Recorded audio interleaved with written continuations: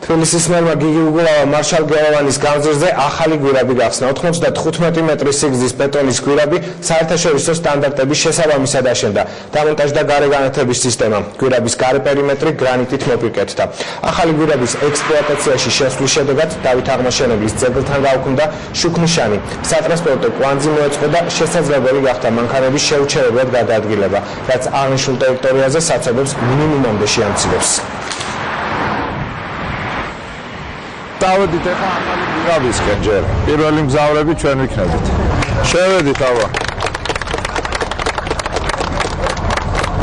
ეს ძალიან რთული მონაკვეთი იყო, ძალიან მანქანების ესე ვთქვათ რთული მოძრაობა იყო საცობი და ამიტომ გადავწყვიტოთ ეს გვირაბის აგვეშენებინა.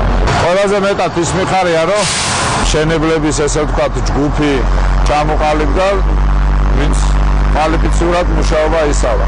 თორემ ძალიან ვეხად მარტო თბილისში 5 ესტაკადა და 3 გვირაბი კეთდება, ეხლა მთელი 2 თვის განმავლობაში დამთავრდება. დღეს დილიდან უკვე მარშალ გელოვანის გამზირის ბოლოს აღმაშენებლის ხეივნის დასაწყისში გაიხსნა ახალი გვირაბი, შესაბამისად მოძრაობა უკვე გადაწყდა ორდონეზე და ყველა იმ მძღოლს და სტუმარს, რომელიც უწევდა ქალაქ სამნაწყისში მოძრაობა და ახსოვს თუ რა პრობლემები და დაწესებები იყო ქალაქ სამნაწყისში, მაშინ როდესაც ეს გზაჯვარედინი რეგულირდებოდა შუქნიშნობით, უკვე შევიდა ნახოს, რომ აქ უკვე მოძრაობა სრულად გახსნილია და აღდგენილია, არც ერთი მიმართულებიდან არანაირი შეფერხება არ არის.